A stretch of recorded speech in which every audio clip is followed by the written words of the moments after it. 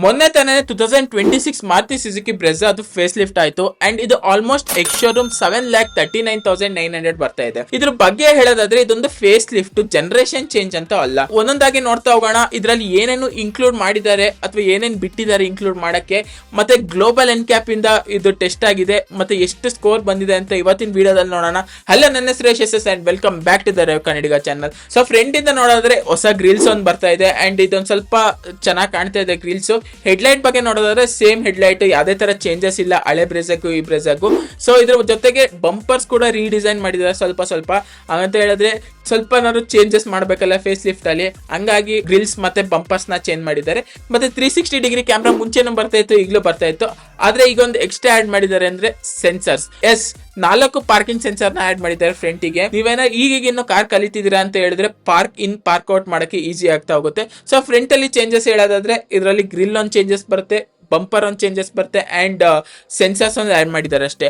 So side ಇಂದ ನೋಡೋದಾದ್ರೆ ಇಲ್ಲೊಂದು ಅಲಾಯ್ ವೀಲ್ಸ್ ಚೇಂಜಸ್ ಬರುತ್ತೆ. ಸೊ ಟೈರ್ ಸೈಜ್ ನಾನು ಮೋಸ್ಟ್ಲಿ 17 ಇಂಚಸ್ ಬರುತ್ತೆ ಅನ್ಕೊಂಡಿದ್ದೆ, ಯಾಕಂತ ಹೇಳಿದ್ರೆ ಈಗ 2026-25 ಎಲ್ಲ ಏನೇನು ಬರ್ತಿತ್ತು ಬ್ರೆಝಾ ಅದೆಲ್ಲ 16 ಇಂಚಸ್ ಬರ್ತಾ ಇತ್ತು.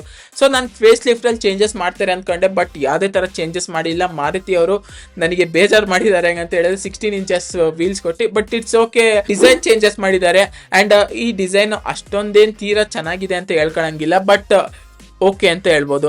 ಸೈಡ್ ಇಂದ ನೋಡೋದಾದ್ರೆ ಯಾವುದೇ ತರ ಚೇಂಜಸ್ ಇಲ್ಲ, ಬರೀ ಅಲಾಯ್ ವೀಲ್ ಬಿಟ್ಟು.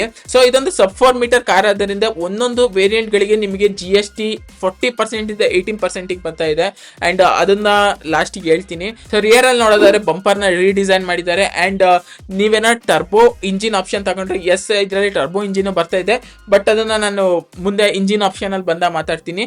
ಸೊ ನೀವೇನ ಟರ್ಬೋ ತಗೊಂಡ್ರೆ ಟರ್ಬೋ ಬ್ಯಾಡ್ಜಿಂಗ್ ಬರುತ್ತೆ, ಅದು ಬಿಟ್ರೆ ಯಾವುದೇ ತರ ಚೇಂಜಸ್ ಇಲ್ಲ. ಬಂಪರ್ ಸ್ವಲ್ಪ ಚೇಂಜ್ ಮಾಡಿದ್ದಾರೆ. ಸೊ ಎಕ್ಸ್ಟ್ರೀಮ್ಲಿ ಚೇಂಜ್ ಆಗಿರೋದು ಎಲ್ಲಿ ಅಂತ ಹೇಳಿದ್ರೆ ಇಂಟೀರಿಯರ್ ಅಲ್ಲಿ. ಅದಕ್ಕಿಂತ ಹೋಗೋಕ್ಕಿಂತ ಮುಂಚೆ ಬೂಟ್ ಸ್ಪೇಸ್ ನೋಡೋದಾದ್ರೆ ನಿಮಗೆ ಇಲ್ಲಿ ಬೂಟ್ ಸ್ಪೇಸ್ ಅಲ್ಲಿ ಯಾವುದೇ ತರ ಚೇಂಜ್ ಇಲ್ಲ, ಯಾಕಂತ ಹೇಳಿದ್ರೆ ಸೇಮ್ ಡೈಮೆನ್ಷನ್, ಯಾವುದೇ ತರ length breadth height of the ಗಾಡಿ ಚೇಂಜ್ ಮಾಡಿಲ್ಲ, ಹಂಗಾಗಿ ನಿಮಗೆ ಬೂಟ್ ಸ್ಪೇಸ್ ಕೂಡ ಅಷ್ಟೇ ಇದೆ. ಸೊ ನಿಮಗೆ ಯಾವುದೇ ತರ ಸ್ಪೇರ್ ವೀಲ್ ಸಿಗ್ತಾ ಇಲ್ಲ, ಅದ್ರ ಬದಲು ಇನ್ಫ್ಲೇಟರ್ ಮತ್ತೆ ಪಂಚರ್ ರಿಪೇರಿಂಗ್ ಕಿಟ್ ಅಂತ ಕೊಡ್ತಾ ಇದ್ದಾರೆ. ಏನಾದ್ರು ರೋಡ್ ಅಲ್ಲಿ ಹೋಗ್ತಾ ಇರ್ಬೇಕಾದ್ರೆ ಏನಾದ್ರು ಟೈರ್ ಗೇರ್ ಬಸ್ಟ್ ಆದ್ರೆ ಗೋವಿಂದ. ಇಂಟೀರಿಯರ್ಗೆ ಹೋಗಿ ನೋಡೋದಾದ್ರೆ ಇದರಲ್ಲಿ ಸೀಟ್ಸ್ ಒಂದ್ ಸ್ವಲ್ಪ ಚೇಂಜ್ ಮಾಡಿದ್ದಾರೆ. ಸೀಟ್ಸ್ ಏನೇನು ಚೇಂಜ್ ಮಾಡಿದ್ದಾರೆ ಅಂತ ಲೆದರೈಟ್ ಸೀಟ್ ಹಾಕಿದ್ದಾರೆ. ಇದು ಡಾರ್ಕ್ ಬ್ರೌನ್ ಮತ್ತೆ ಬ್ಲಾಕ್ ಕಲರ್ ಥೀಮ್ ಕೊಟ್ಟಿದ್ದಾರೆ. ಸೊ ಇದರಲ್ಲಿ ಬಿಗ್ಗೆಸ್ಟ್ ಚೇಂಜ್ ಅಂತ ಹೇಳೋದಾದ್ರೆ ಇದರಲ್ಲಿ ಒಂದು 9 ಇಂಚಸ್ ಟಚ್ ಸ್ಕ್ರೀನ್ ಬರ್ತಾ ಇತ್ತು ಮುಂಚೆ ಇನ್ಫೋಟೈನ್ಮೆಂಟ್ ಕ್ಲಸ್ಟರ್ ನೋಡೋದಾದ್ರೆ. ಈಗ 10.1 ಇಂಚಸ್ ಟಚ್ ಸ್ಕ್ರೀನ್ ಬರ್ತಾ ಇದೆ, ವಿಚ್ ವಿ ಆರ್ ಸೀನ್ ಇಂದ ವಿಕ್ಟೋರಿಯಸ್ ಇದ್ರಲ್ಲ ಅದರಿಂದ ಸೇಮ್ ತಗೊಂಬಂದು ಇದಕ್ಕೆ ಹಾಕಿದ್ದಾರೆ. ಸೊ UI ಗೆ ಎಲ್ಲ ಸೇಮ್ ಇದೆ, ಅಲ್ಲೊಂದು ಬ್ರೆಸ್ ಫೋಟೋ ಒಂದು ಹಾಕಿದ್ದಾರೆ ಅಷ್ಟೇ.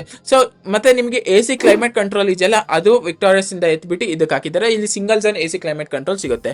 ಸೊ ಕ್ಲಸ್ಟರ್ ಬಗ್ಗೆ ಮಾತಾಡೋದಾದ್ರೆ ಇದರಲ್ಲಿ ಅನಲಾಗ್ ಕ್ಲಸ್ಟರ್ ಬರುತ್ತೆ, ಯಾವುದೇ ತರ ಡಿಜಿಟಲ್ ಕ್ಲಸ್ಟರ್ ಇಲ್ಲ. ಇದೊಂದು ಸ್ಪೋರ್ಟಿಯರ್ ಲುಕ್ ಕೊಡ್ಬೋದು, ಯಾಕಂತ ಹೇಳಿದ್ರೆ ಈಗ ಡಿಜಿಟಲ್ ಗಿಂತ ಅನಲಾಗ್ ಎಷ್ಟು ಫಾರ್ ಬೆಟರ್ ಆಗಿ ಚೆನ್ನಾಗಿ. ನನ್ನ ಒಪಿನಿಯನ್ ಪ್ರಕಾರ analogue looks premium then digital ಅಂತ ಹೇಳ್ತೀನಿ. ಸ್ಟೇರಿಂಗ್ ವೀಲ್ ಬಗ್ಗೆ ನೋಡೋದಾದ್ರು ಅಷ್ಟೇ, ಸ್ಟೇರಿಂಗ್ ವೀಲ್ ಅಲ್ಲಿ ಯಾವುದೇ ತರ ಚೇಂಜಸ್ ಇಲ್ಲ. ನನ್ನ ಪ್ರಕಾರ ವಿಕ್ಟೋರಿ ಸ್ಟೇರಿಂಗ್ ವೀಲ್ ಹಾಕ್ಬೋದಿತ್ತು.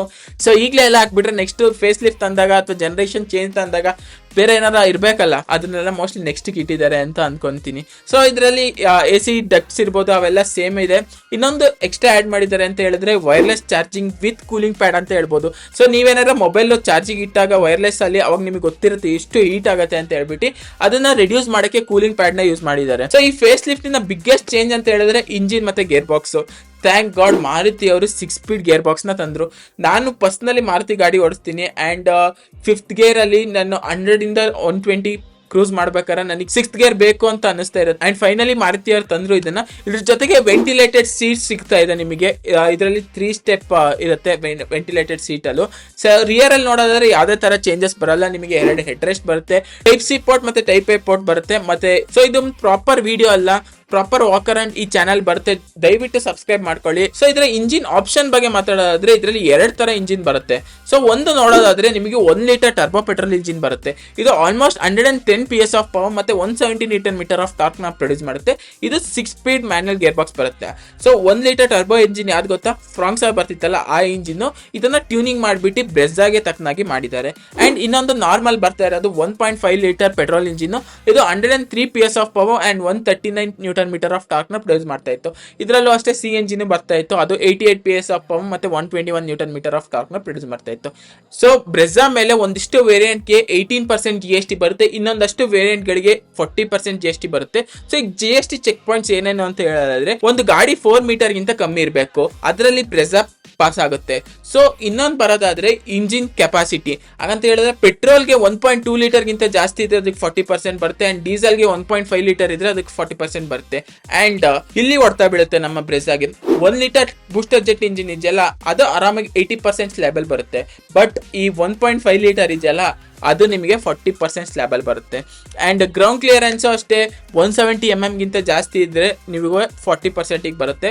ಬಟ್ ಇದರಲ್ಲಿ ಯಾವ್ದಾರ ಒಂದಿಲ್ಲ ಅಂತ ಹೇಳಿದ್ರು ಅದು ನಿಮಗೆ 18% GST ಬರುತ್ತೆ. ಹಂಗಾಗಿ ನಿಮಗೆ 1 ಲೀಟರ್ ಬೂಸ್ಟರ್ ಜೆಟ್ ಇಂಜಿನ್ ಇದೆಯಲ್ಲ, ಅದು ನಿಮಗೆ 18% GST ಗೆ ಬರ್ತಾ ಇದೆ. ಭಾರತ್ ಎನ್ಕ್ಯಾಪ್ ಅವರು ಮೊನ್ನೆ ಟೆಸ್ಟ್ ಮಾಡಿದ್ರು and Brezza got 5 star safety rating ಅಂತ ಹೇಳ್ಬೋದು.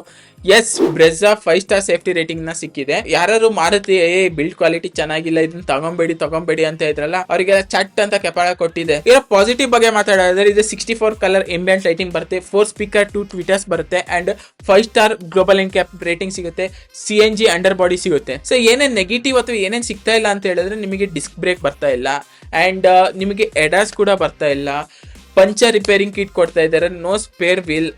ಸೊ ಇದೆಲ್ಲ ನೆಗೆಟಿವ್ ಇದೆ. ಸೊ ಇದ್ರ ಬಗ್ಗೆನೂ ಪ್ರಾಪರ್ ಆಗಿ ವಾಕ್ ಅರೌಂಡ್ ಮಾಡೋಣ, ಡ್ರೈವ್ ರಿವ್ಯೂನು ಮಾಡೋಣ. ಚಾನಲ್ಗೆ ಸಬ್ಸ್ಕ್ರೈಬ್ ಮಾಡ್ಕೊಂಡಿರಿ. Like, share and subscribe. Bye bye.